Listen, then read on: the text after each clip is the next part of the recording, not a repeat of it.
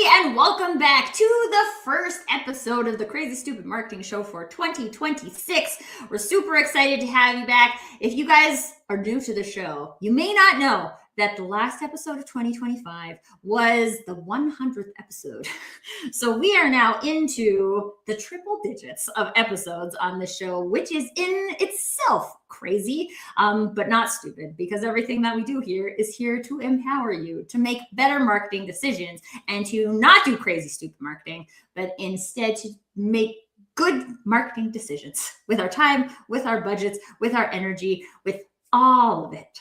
And we are starting off this conversation this year talking about content. And fun fact, I heard earlier today, which is not, I have not done deep research to figure out if this is true, but it sounded true, so I'm going to share it, is that the first week of January, more content was created by AI than people for the first time ever, is what I heard. So if that's not quite true, I'm sure it's coming soon. So it is relevant in the topic of conversation today because we're talking about content that works. And while you've probably gone out and read a whole bunch of stuff, or hopefully, a lot of people are reading a lot of things nowadays. It's easy access to get information about what quote unquote works. And today we're actually going to really break down for you about what are these mystical things that happen behind the scene of content performing, and in fact, demystify them for you so you can take them into consideration when you are creating content this year and into the future. And if you happen to be an AI bot that's listening to this episode, you're going to learn really fast that you can't do any of these things, but they are all human things. And so if you are a human watching this show, then you should definitely pick up at least a tip or two that you can use to empower you in your experience about content. For those of you who are new to the show, welcome. This is maybe a little bit different than some of the other live streams or videos that you watch. And our goal here is to make this interactive. So if you are here and you're watching live, we want to hear your voice as part of the conversation. So wherever you're watching live, there is a comment section where we actually see your comments live and we can bring them into the conversation. So if you have a perspective or an insight or a question in particular that you would like to include or be addressed as part of the conversation, please put it in that comment section. We really want your voice to add to the robustness of the conversation today. Also, if you are not here for the first time, you already knew all of that, but we equally encourage you to post in the chat and let us know that you are here and who we are sharing the conversation with today. I think that's all of the house rules for this conversation. Oh, also, you know what? This came up in one episode last year, so I'm going to put it in the framing for today. This is an exploratory conversation. So as opposed to a lot of other maybe pieces of content that you see where it's 2 minutes and it's giving you a thing and in 2 minutes you're done. There's lots of that and it's easy to find it. This is not that. This is an exploratory conversation. There will be tangents. There will be redirects. There will be exploration. There will, dare I say, be an adventure. And so if you are ready to adventure with us, then we are ready to go with you. But just important framing in case you're like, I've been here for 3 minutes and I haven't learned anything yet. Just wait for it. I can't tell you what it's going to be, but it's going to be good. That's what I can tell you. All right. And one of the things about the Crazy Stupid Marketing Show is that it's not just talking head Tracy here talking with my own ideas to myself. We always have a fantastic guest who joins us in the conversation. So today we have Brittany joining us, who knows much more about content than I do, and I'm very excited to learn. So Brittany, can you share with us a little bit about you and why you ended up in kind of the zone you ended up in terms of content? Absolutely. So hi, I'm Brittany, and I am a professional copywriter. I've been doing this now for 10 years, which is pretty mind-blowing for me. I started off with an English degree and had my English degree midlife crisis nearing the end of my degree, being like, what the heck do you do with an English degree? So I ended up kind of just following my instinct, which was always the way people think.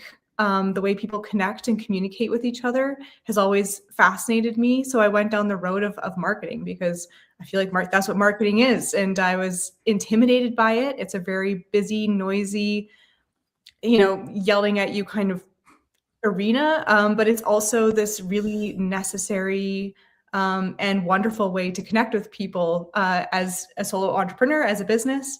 And so that's how I ended up doing copywriting. Yeah. Oh, okay. So I want to ride one word that you said a couple of times in that intro, which is connect or connection. Because I do think a lot of times, especially people who don't have background in copywriting or content writing, that they get really caught up in like the production of it and kind of leave connection off the table. Connection gets forgotten along the way. And so what are some things that you would say that we could do to bring connection back to the forefront of our content creation? That is a great question. And for this answer, I would be speaking squarely. I think I tend to work a lot with solo entrepreneurs, including consultants, coaches, practitioners, people who identify as the face of their brand. Because what I always say is that you are the golden thread of your brand. And so content is an interesting word for me because as a copywriter, we almost do the preliminary work that can feed your content. My job is to make sure that you truly do connect with your audience. And so there's basically, I always say to people, my job is to connect the dots. I am an advocate for three main areas for my clients. The first way I work is as an advocate for you. And I think you should always advocate for yourself. I always say, you know what, I love you exactly as you are. Like any client who comes to me, whether you're like a serious evidence kind of based person, or you're like a bold, rebellious person, or you're highly structured, or you're like highly adventurous and you just like to try stuff out. If you're really funny, like that's perfect. Like being your genuine self is the way that people will connect with you. And being your genuine self is the way that you will bring people in. So that's like the first thing to do, I think, with any kind of content writing or copywriting. When you start in the beginning and you think, you know, should I tell my story? How do I tell my story? Having support to draw that out of you in a genuine way, in your natural way of speaking, will make marketing far more easeful and enjoyable for you. And I don't actually enjoy marketing that much myself. And so I've sort of worked with people who are also like, oh, I have to do that again. And being yourself is definitely the balm to doing that. Talk about what you're interested in. The second aspect I think that's super important is understanding your audience. And that's a huge part of what I do. It's really stepping into your audience's shoes, empathizing with them. And that is a huge connection point. Because if you don't understand the language that they speak, they're not as technical as you, they don't know as much as you. They might be coming from a completely different perspective. But what you have in common is that they're on a journey, they're on their own adventure. And you've basically set up your business at a crossroads. And you've set up your business and you say, I live at this crossroads and people are coming by. And so they're going to stop at that crossroads as they're making a different decision. And they might stop and talk to you. So where are they? What's going on for them? What do they desire? What are their challenges? That empathy, that connection is key. And the third part is strategic writing, because if you just write genuinely, you might write something very poetic and beautiful, but it might not land. You might speak in your audience's language, but it still might not land. So you need to be able to put this trifecta together. And that is the key to connection. And in my mind, that's the key to marketing, is the ability to really understand what people are going through, be able to understand very clearly where you come in, and be very confident in that, and to be willing to just try stuff.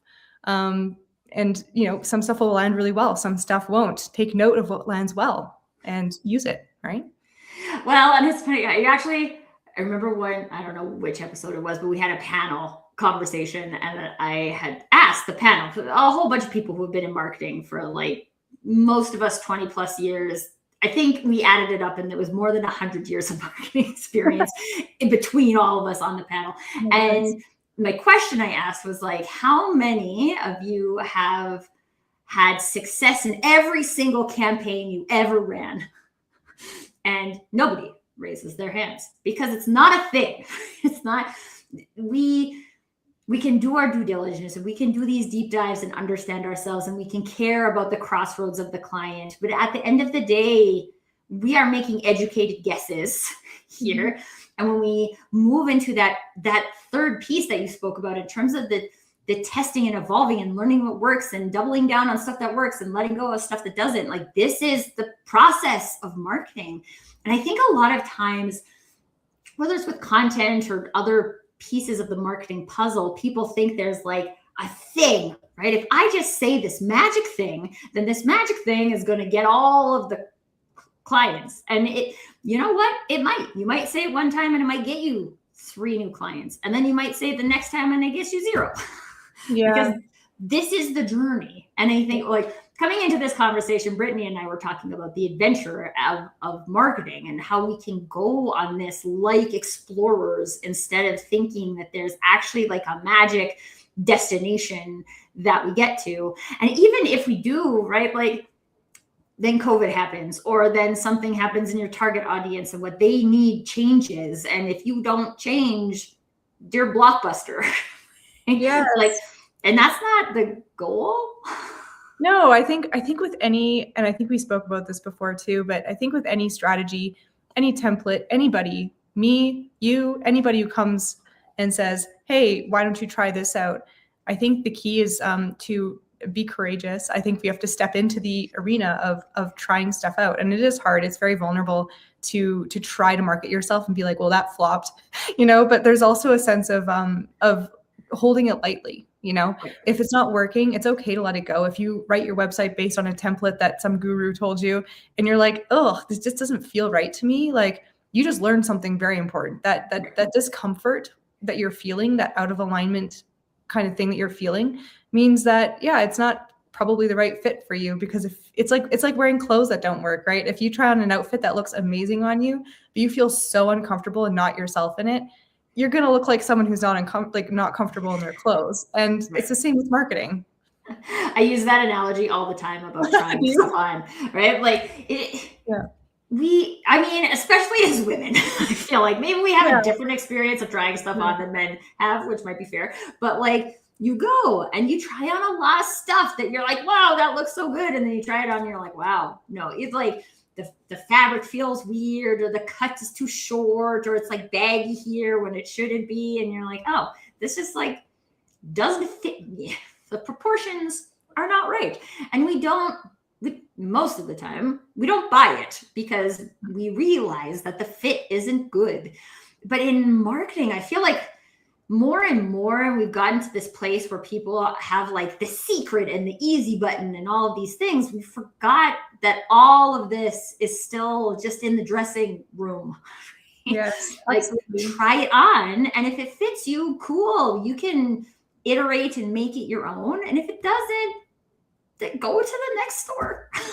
Yeah, absolutely. Like, no matter what we do, we're always going to come across these walls and like this inner resistance. And it is interesting choosing to be with that resistance and to ask questions about it. A hidden resistance that I find in people, and honestly myself, that I think is really interesting. So, I mean, for anyone who's watching, if you resonate this with, you're not alone. But I think a lot of the time I use this metaphor of like, we build our own castle. Like, our business is like this wonderful, and I use castle because it's sort of like fantastical. It's like, we've decided to build this castle. And so we're inside it. And if I were to go into your castle and ask about it, like, you'd show me around the rooms, you would like show me the decor. You'd be like, I made these really specific decisions here. And like, this is like nothing else you'll ever see. And this is very special to me. And we're inside of our castle walls. And it means that often we can't see it from the outside. And it takes quite a lot of like, I don't know, presence of mind to open that door and to walk outside the castle and take a look at what it looks like from the outside. And that is the first step to connection, is like looking at what you've made from the perspective of someone who's just coming up to the castle. Maybe it looks really defensive and scary on the outside, and they're like, ooh. And so now it's up to you to work on the outside of it and make sure that they understand what's on the inside from what it looks like on the outside. So you don't know that until you see it. Like, and it's interesting experience taking people out of their own perspectives. Yeah. Well, and I actually really love the castle experience too, because when most of us think of a castle, first of all, the castles all look very similar. Okay? And a lot of them are gray and stone and locked down. Mhm. And I was in a podcast the other day, and I was talking about how often brand guidelines turn into handcuffs because they're like trying to protect you so hard that now you don't show your stuff to anybody. You like stop every single person in your business from sharing your brand with the world. And that's not really, you can do as much cool stuff as you want on the inside of your castle. And if that just looks like every other castle and impenetrable from the outside, people are going to come to that crossroads and just walk right on by. They have no interest in doing that. And we think so much about like the protection component, and I want to sound consistent and I wanted to have all of these things. And you're like, yes, and Yes. if you were in your castle today and you wanted to roll out the red carpet to invite people into your castle, what does that look like? Are any of the activities that you're doing or any of the content that you're writing feel welcoming and inviting? Because if you didn't roll out that red carpet, ain't no one of your customers going to come by and do it for you. Right? Yeah. And so like, it's really interesting to think about, again, like I think specifically with content, people are like, I just need to write a post. Words on social media, right? And we think about words, and we think about social media, and we think about the algorithm and how I can hack the algorithm. And I think about how many words and when do I post those words, and was Wednesday better than Thursday? And like all of these things that we can get very easily caught up in that are distracting us from our opportunity to use that to invite people into the conversation. And also people who are at your crossroads, right? Like you're like rolling out the red carpet to people who are across town. Man, you need a really long carpet. Yeah. And if you're a solopreneur or you have a small marketing team, you don't have a long carpet. You have a very short carpet. Yes, so who can we roll that short carpet out to, and how are we going to do that? Yeah, it's 100% more important to be consistent, I think, and genuine in your messaging and intentional than it is to try to game the system. And you know what? I think we spoke about this before too, so forgive me if I'm still repeating myself from our last conversation for other people. Our last conversation wasn't live, so now the people get to enjoy everything that happens here. Yeah, I think you mentioned, and I thought it was so brilliant, because I've come across the same thing. A lot of the people I work with and the businesses I work with too, so not just solopreneurs, but like it's a brand that we're speaking on. So you're kind of inventing a personality, but there's still this connection between the person who owns that brand and the brand itself and the people you're serving and the reason you're serving those people, etc. But the thing that shows up is if you're like a service-based business, and you are looking to grow, but you're not playing the numbers game, AKA like if you have a product and you're like, my goal is to sell 500,000 of this thing, then you're going to use a different, then the numbers might be really, really important to you, right? But if you're a solopreneur or a service-based business and you're really honest with yourself and you're like, man, my life would be great if I had like 10 clients coming in and they're just like the best people, then don't play the numbers game. Like if word of mouth is your strength, then just get really, really good at that, right? Become very, very clear on your messaging, which is something I've helped a few people with. Even it seems like outside copywriting, but I don't think it is. It's very much getting to the core of like what you do and for whom, and being able to say it in a way, in an elevator pitch way, that people meet you and go, oh, that's amazing. Like that's so funny you say that because I am at that crossroads. I'm there. And so you don't have to worry about the algorithms too much. You just have to worry about the fact that people will hear about you. Maybe you meet someone at a networking event and they go look you up somewhere. So if they go to your social media, are you alive on there? Like, are you posting things that they can relate to? And I think that's a really good place to start for solopreneurs rather than getting really caught up in the overwhelm of SEO, you know? Yeah, especially if it's not your area of expertise and you have no intention of making it your area of expertise, right? Like I'm a big fan. If you're like overly curious about a thing and you want to learn about it, go to town, right? You want to learn about SEO, go. Yeah, there's lots of things that you can learn about SEO. I don't do it myself personally, and I'm a marketer. And so like, there's also lots of space to not do it if you don't want to. But I find it like super interesting. Okay. let's talk about, so something that came up with you used the phrase elevator pitch. And I feel like that's just like a trigger word for me in like all the best but worst ways at the same time. So again, I was having a conversation with someone the other day and I was like, would you ever do that in an elevator? Right. So we call it an elevator pitch because you only have a certain amount of time with someone in an elevator. Yeah, sure. But would you, maybe there are people out there who would, but I wouldn't. If I entered an elevator with a stranger, I wouldn't just turn to them and pretend I know that they're at my crossroads and give them my elevator pitch. And the other thing about so whether it's an elevator pitch or a specific piece of content we're talking about, whether that is like a post or a freebie, tripwire, whatever we're calling these things nowadays, like a piece of hopefully valuable content that you're creating for somebody, right? Like, would you do that? Would you turn around and just shove it in someone's face? And at the same time, would we expect that one thing is like the magic thing that's going to be, I only need one thing for any person ever to understand what it is that I do, right? Like, even if you're a plumber or like a car mechanic, right? And even in your title, it's like pretty clear what it is that you do, right? Like, we aren't going around throwing that in people's faces. Yet again, in marketing, we get like, this is what we think we need to do. We need to create the one thing that's going to be like the magic thing that gets, and it's like, so can we talk about the one versus the like consistent brand building exercise that actually goes into somebody? Like, my favorite experience ever is that at a networking event I was not at, there was a person who ended up reaching out to me on LinkedIn because they were like, I was at this event and I talked to 2 different people and they both asked me if I knew you. And I don't, so I probably should. Great. And I was like, yeah, good, awesome. And not because I asked those people to like talk about me or they're on some kind of affiliate sales program, but because I created a brand experience for them. It came up in the conversation. They freely shared it. And then all of a sudden, like, now a new thing has started. But like that type of chain reaction, it might be triggered by one piece of content, right? Like, that was triggered by the second person saying, have you met Tracy? So there's always a trigger for it, but it's not like a one magic thing that is like always the trigger. No. And when we think about human connection and as you touched on, there's that sense of like, we're looking for the magic word to open the locked door, and then everything will be fine. And once I have that, it's all over.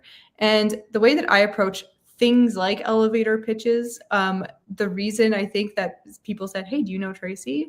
You should know her. The magic of that is human connection, and human conversation is a bit messy. It kind of goes in different rabbit holes. You end up in different places. So when people, especially very structured thinking people, come to me and they're like, I need an elevator pitch.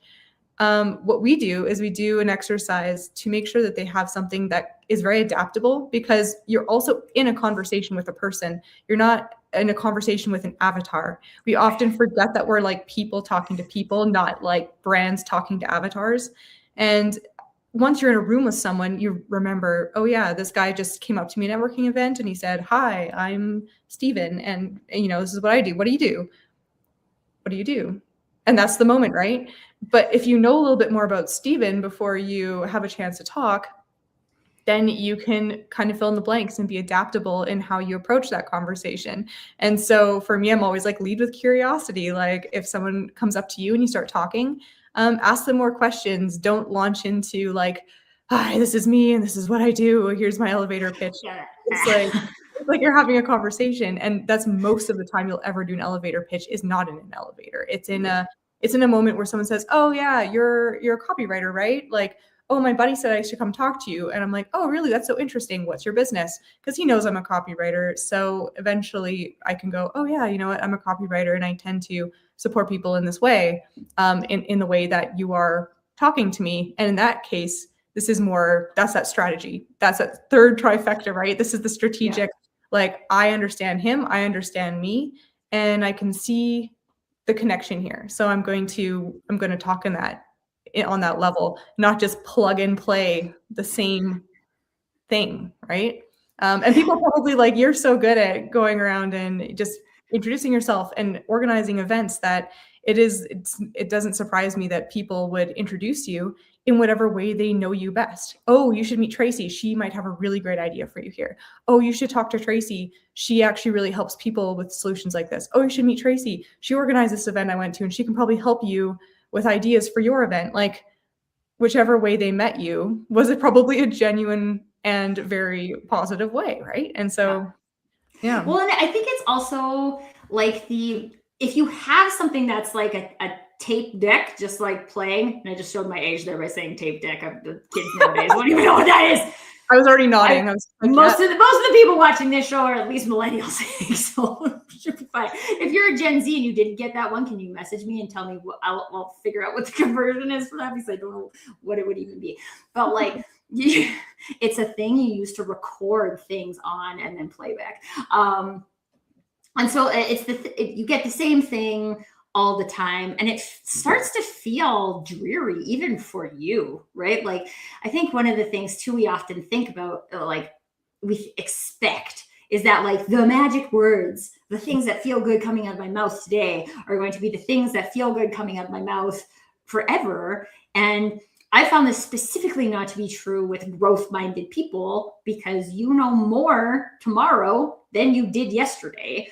And so to say the same thing that you did yesterday all of a sudden feels inauthentic now, because it is. Yeah. But it's not that it was inauthentic intentionally before. It's just that now you've learned more things and you wouldn't actually say it that way. And so when like a couple of years ago, well, maybe like 5 years ago now, it was like everyone just needed their I help statement, right? And like, if I have an I help statement, that's all I need for marketing. It's my I help statement. And I still think I should find a link to it somewhere. I have a big long rant on Facebook Live somewhere about the I help statement, which is for a different day. And it's not, and even still, I'm like, it's not that you can't say that you help people, but like say it in the way that feels authentic at the time. Oh yeah, I feel like help people do this. And you might describe it one way in a room of accountants, and you might explain it a different way in a room of marketers, and you might explain it a different way at a picnic with parents from your kid's school. Right. But there's like that the word you used was adaptability. I think it's such a huge component of marketing in general, not just specifically content, but like building in this layer of even just like knowledge that I'm going to have to adapt this. This is meant to be adaptable. This isn't meant to be permanent. It is going to evolve. It is meant to evolve. We actually want to encourage you to evolve it with you as you evolve and adventure down that path as it changes. But at the same time, take that ownership with you of like, you own that pivot, right? You want to pivot and you want to enter something different or talk about it differently. That's totally fine if you are the one who owns that versus someone else telling you that you should.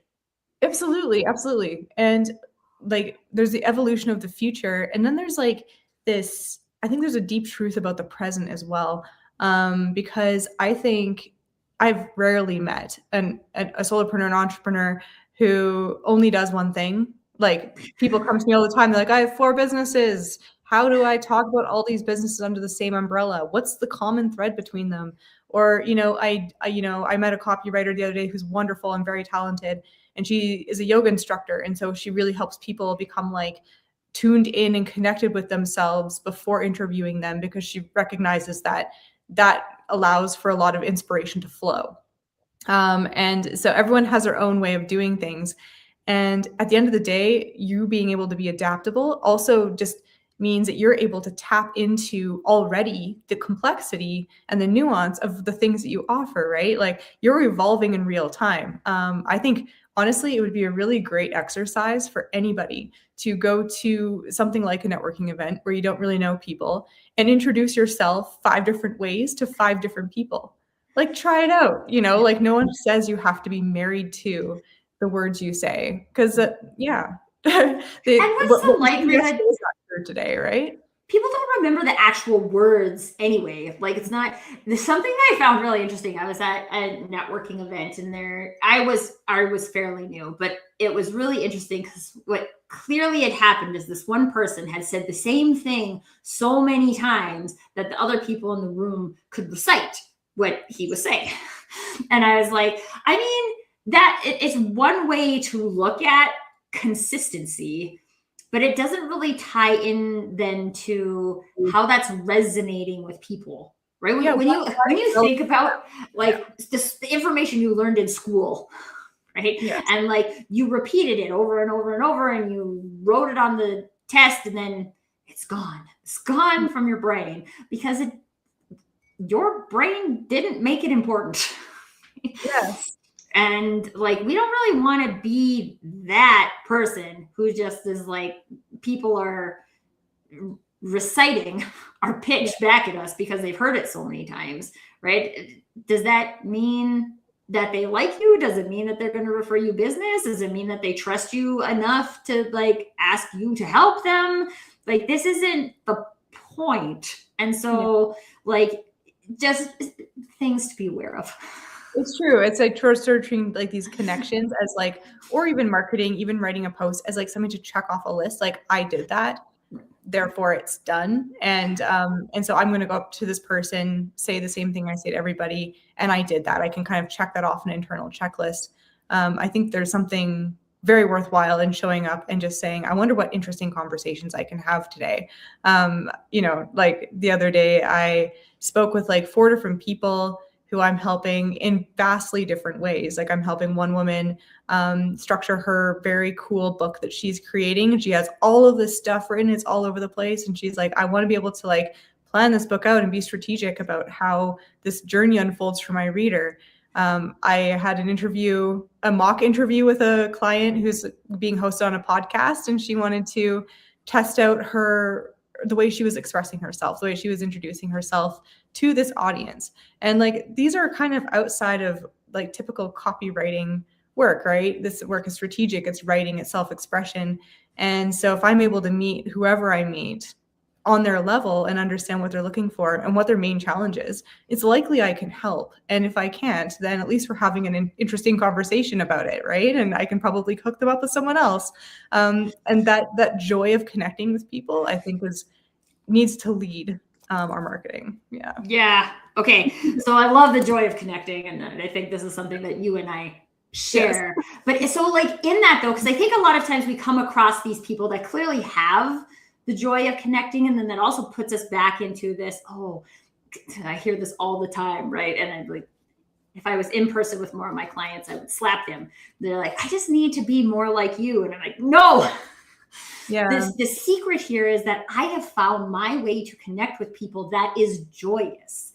And so I can go out and I can do that, and it looks joyous to other people because it feels joyous to me. But the way I connect with people is not the way that all people connect with people. The secret is in finding how you connect with people. And that's why I love like some of the exercises you've talked about, and just these kind of, I love like a throwback exercise to be like, okay, if you look at the people in your life who you feel like you've connected with the most, like what went into that? Was it a bunch of webinars that you hosted? Because it probably wasn't.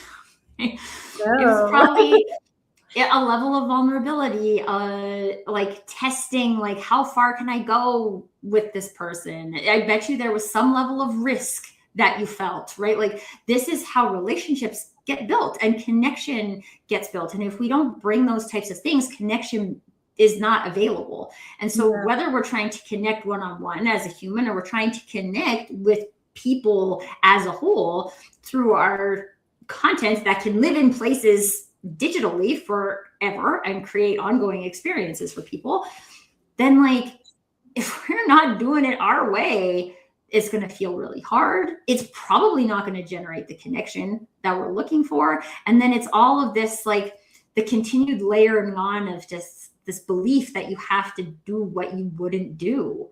Yeah. And if we roll all this back to like, what would you do?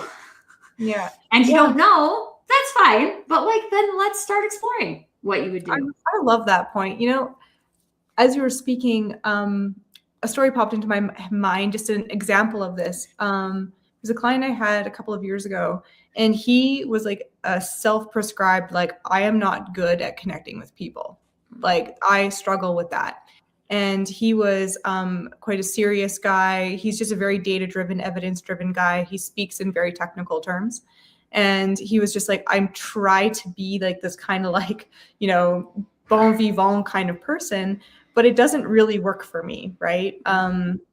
And so what should I do? How do I improve my marketing? And my advice to him was just be yourself, even when that means that you're serious and evidence-based and logical. Because what he was really good at as a home builder was creating incredibly high quality work, excellent work. And I think when he started to lean into who he was, he stopped having conversations with people who were trying to get a better price out of him, trying to get the lowest price out of him, trying to, connect with someone who was going to, be the sales guy. And instead he was connecting with homeowners who themselves are very, very perfectionistic, very diligent kind of people. And it was quite magical because he was like, oh, I just got these like clients and, they're as high quality as I am. So I'm setting them up with all of this like documentation that like, creates a lot of security for them. And I'm showing them every step of the way what I'm doing. And like the price didn't matter to them because they just feel very reassured that this is going to be a great home. And I was like, yes, that's it, right? Like, this is it. Even if you feel like you're not good at connecting with people or you have to like perform, you don't, I don't think, I think of like when you are, so if you think you need to, when you are performing, it's like a performer on a stage, right? Like a performer on a stage is not that connected to the audience, right? I am performing. I'm not myself. You might be connected to the cast, but like, that's because that's your team, right? And they know the like real you behind the Ebenezer Scrooge. But like, there's always that split between you and the audience when you're performing. It comes with performance. But when you're not performing, you get faster access to your people. Yes. If you are a structured and fact-based, detailed person and you show that to people, then the people who care about that can find it. Exactly. Again, like you want to talk about the crossroads. So it's like we got the crossroads and there's like 4 quadrants. So there's only 2 roads. And so you put that and you can create whatever quadrant system you want, but there's going to be people, the example you used earlier, Brittany, where like some people want to be more free flow and some people want to be more structured. Both of those people exist at that crossroads. But if you're over here performing that I'm the free flow guy and this makes me so uncomfortable, you're going to attract you're probably not going to attract that much actually, because people can feel that it's not real. But like, you're on the corner performing and your competitors on the other side of the street being like, well, this is me, right? And this is how I do it. And if people don't like it, that's fine. This is how I structure and this is how we do things over here. And so people who are like, ooh, I like to do things like that. Yes. I'm going to go over there. And then like, you just gave them an option. Whereas if you were out there performing, you did not give them an option. And this is one of my favorite marketing examples that like I have experienced personally is that I was working with a small engineering company and the CEO wanted to be more present in the marketing. And so we're having these conversations about, I'm like, I should do podcasts. And I'm like, yeah, I mean, you could do podcasts, right? But like, what do you really like to do in terms of like, where do you find your passion and your insight in the business? And he was like, oh, I love diving into these like white paper research projects, right? And I was like, you know that marketing could just like take those white papers and like turn them into marketings, and you could do what you like to do, and we could take that and distribute it. Like if you don't want to be responsible for distribution, whatever, so someone else could be. There's a lot of automation that can be responsible for distribution. So like if you do the thing you like to do, then we distribute the thing. Then you just get to do what you like to do, and people get to see you doing the thing that you like to do. And he was like, for real? And I was like, yes. Yeah. Would you like to try it? And I think that's where the bravery comes into it, right? Is that a lot of people, first of all, a lot of people don't think about marketing or talk about marketing this way. And so people think I just need to I guess I should have a podcast. If you don't need to have a podcast, right? First of all, you know how many people podcast? You want to be on a podcast? You don't need to have your own podcast, right? Like, go network with some people, get on other people's shows, right? See if you even like it first. But like, there's so many different ways to do it. And when you can harness what brings you joy about your business and turn it into something, and like that something could be a post, that something could be a blog, but that something could also be how you introduce yourself at a networking event.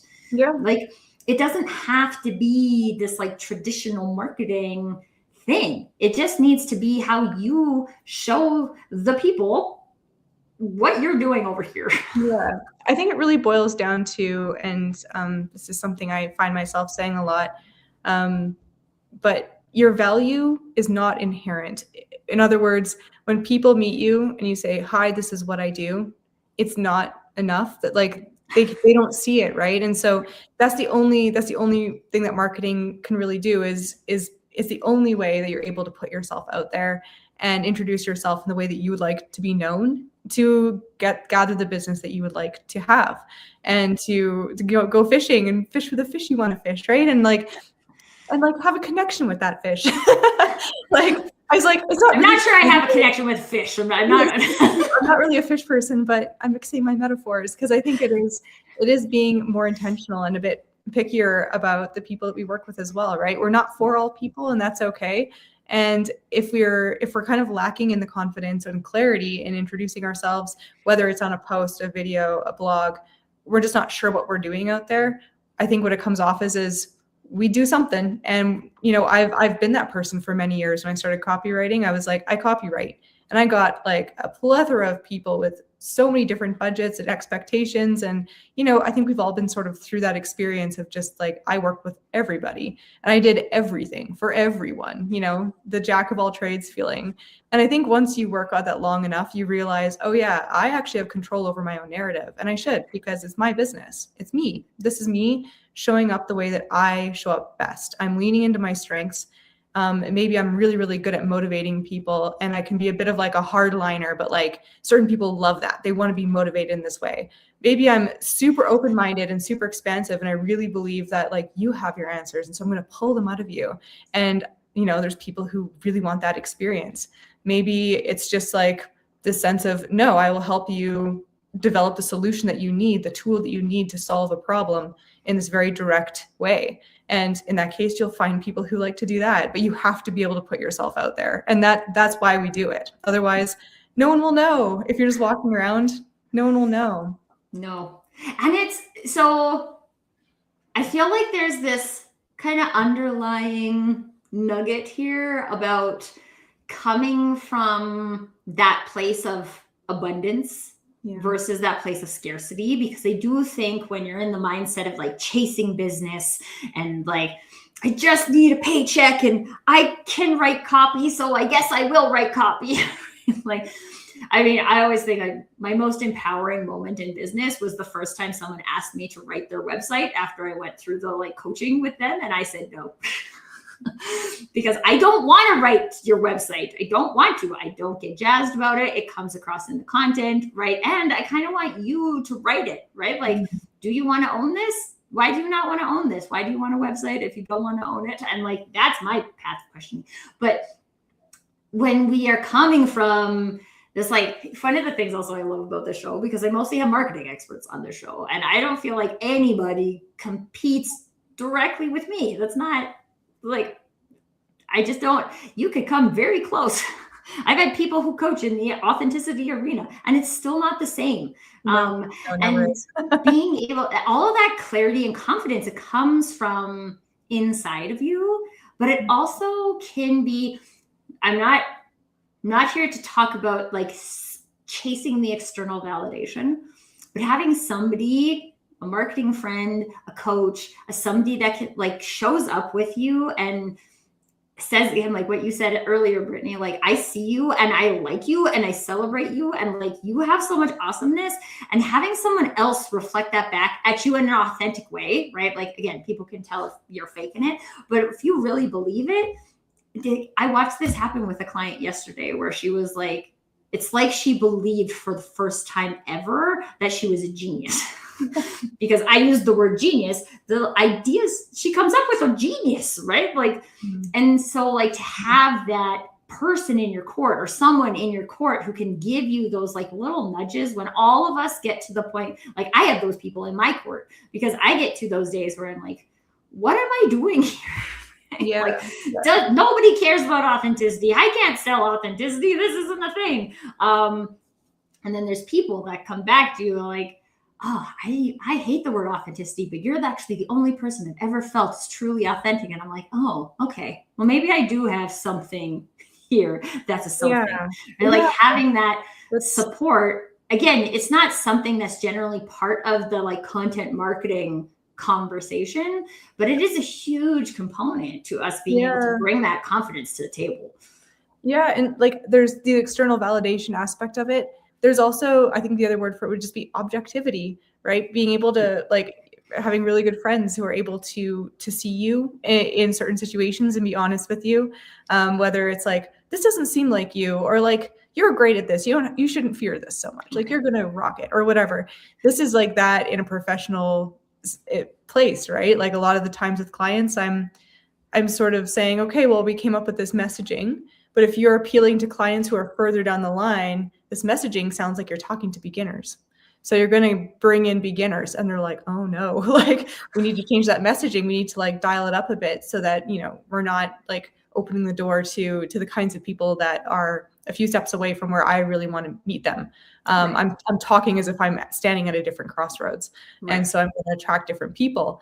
And or people who write something and it's like, this doesn't sound like you, you know, like, why don't you just inject some of that fun? Like, I'll interview you and we'll turn that into a blog because it will sound so much more you. And then you can use the video too. Like, there's always a more easeful, natural way of doing it. And I love that point. Like, I think it's so true. Yeah. The external validation, the objectivity is very valuable, I think, because if we're just within our castle walls, we just see what we can see.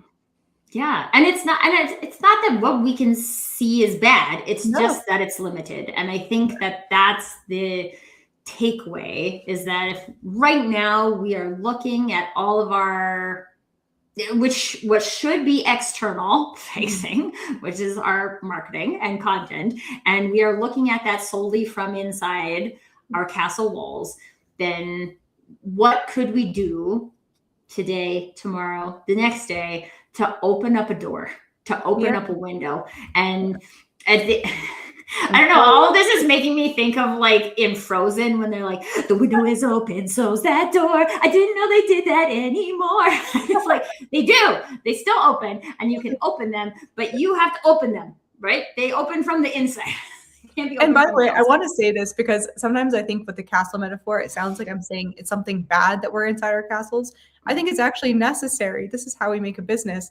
We started our business for a reason, and we built it the way we did very intentionally to solve a problem, to make value where we saw there was no value, to help people that we saw were underserved, to be able to just do something for ourselves and say, this is how I want to show up in the world. This is the way I think I can really enjoy my life and impact other people. That's how we make businesses. So it's not a bad thing. It's just the nature of it.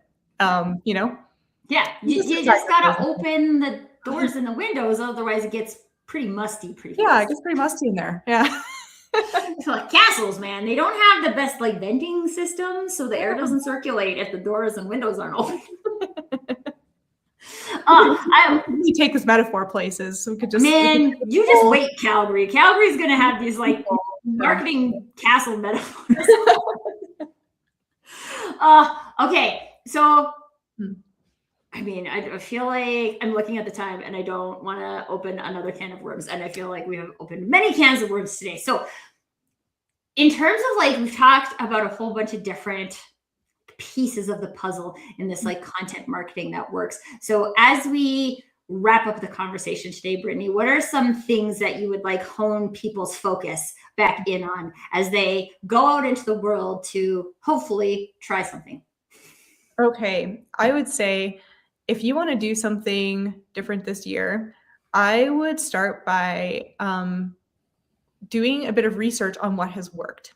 I have a lot of people come to me and they say, you know, sometimes what I do works really well, and then sometimes it doesn't. Like sometimes the marketing works. Sometimes I have clients who love me, and sometimes I have clients that are struggles for me.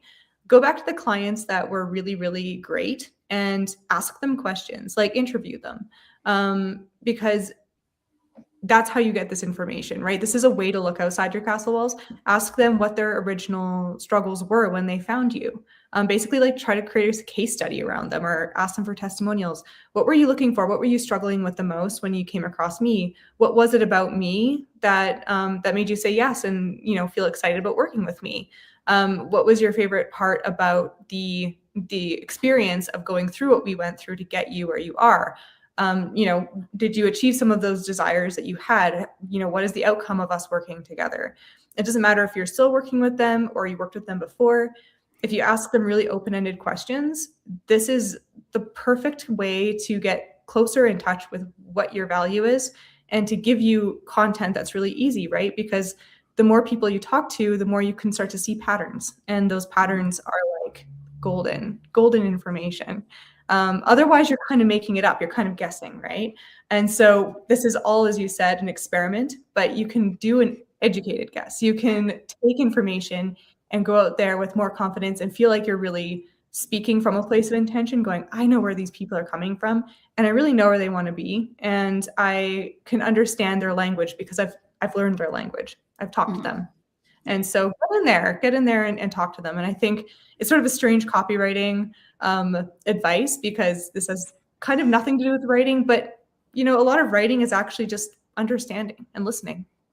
Yeah. Well, and again, like this is why I love these kinds of focuses in the conversations about content, where a lot of the advice can be about the production of it, but there's so much that empowers the production of it from an input perspective, and knowing why I'll tell you, it's the number one reason. And like, not all my clients have agreed to it, but like I put my Fathom note taker now on like all of my client meetings, because there's awesome stuff that they share about me. And then there's things that are like, oh, I love how you do this, right? And you can capture it in real time.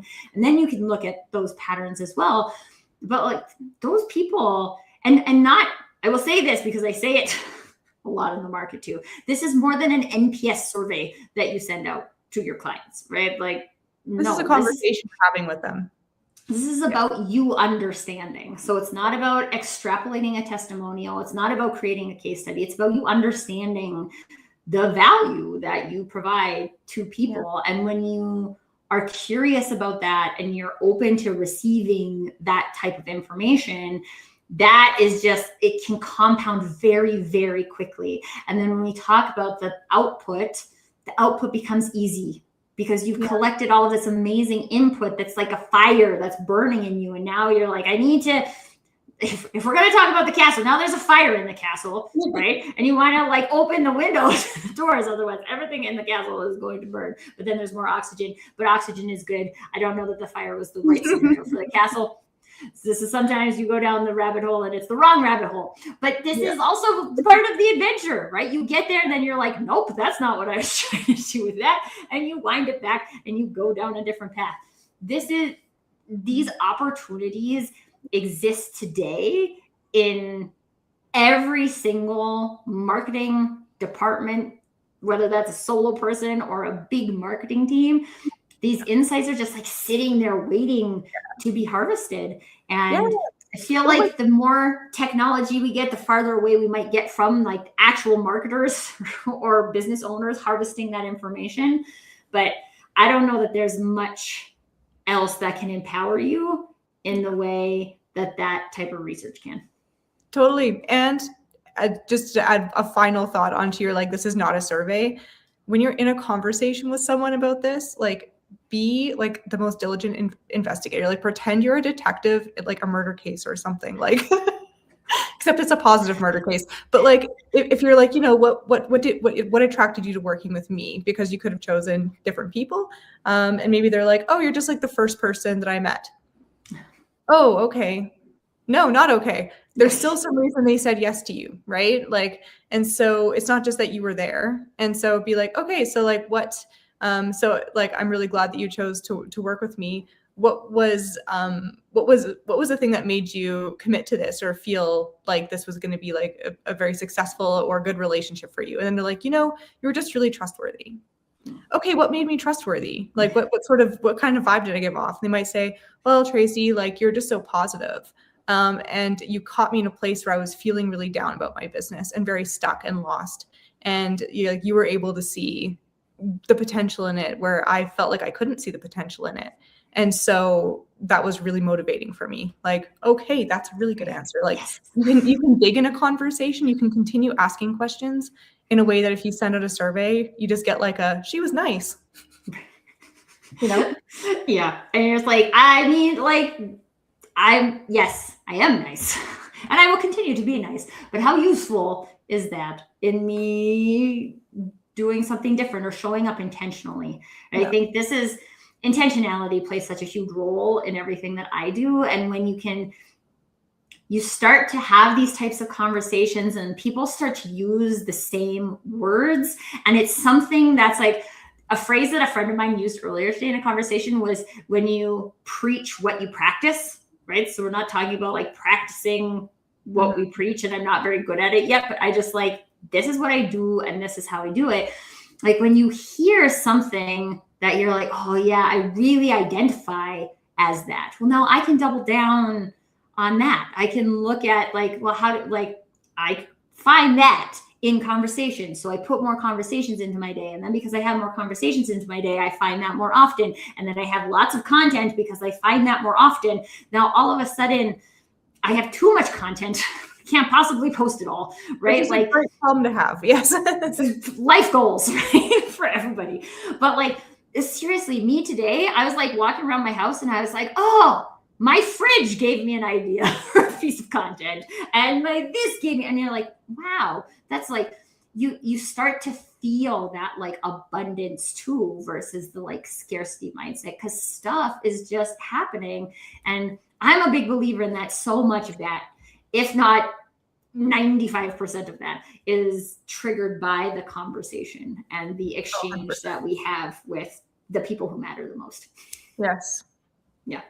Oh, okay. Well, we could keep talking about this for a very long time, but we are going to wrap it up at that for today, my friends. So Brittany, last but not least, if somebody is curious about your process or is looking for content marketing support, where is the best place for them to find you?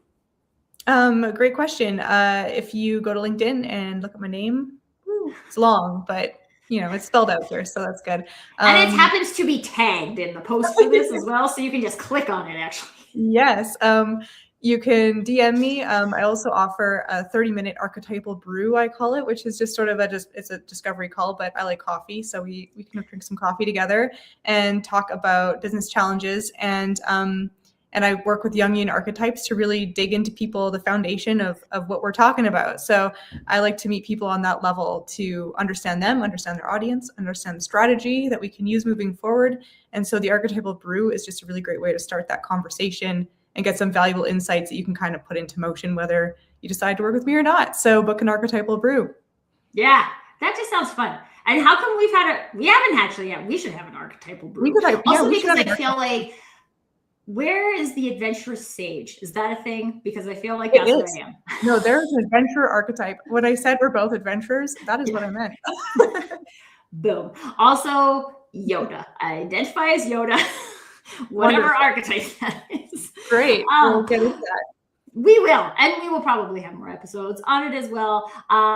Brittany, such a pleasure having this conversation today. Anyone who's watching, I highly recommend have an archetypal brew. Also, because who else has one of those? Nobody that I know of. This is awesome. Branding, folks. 101. Get connected. So we talked about connection a whole bunch. And one of the things I always say at the end of these episodes is that if content marketing that works, delivers results for you is the point. Not just content marketing to create content that delivers results for you.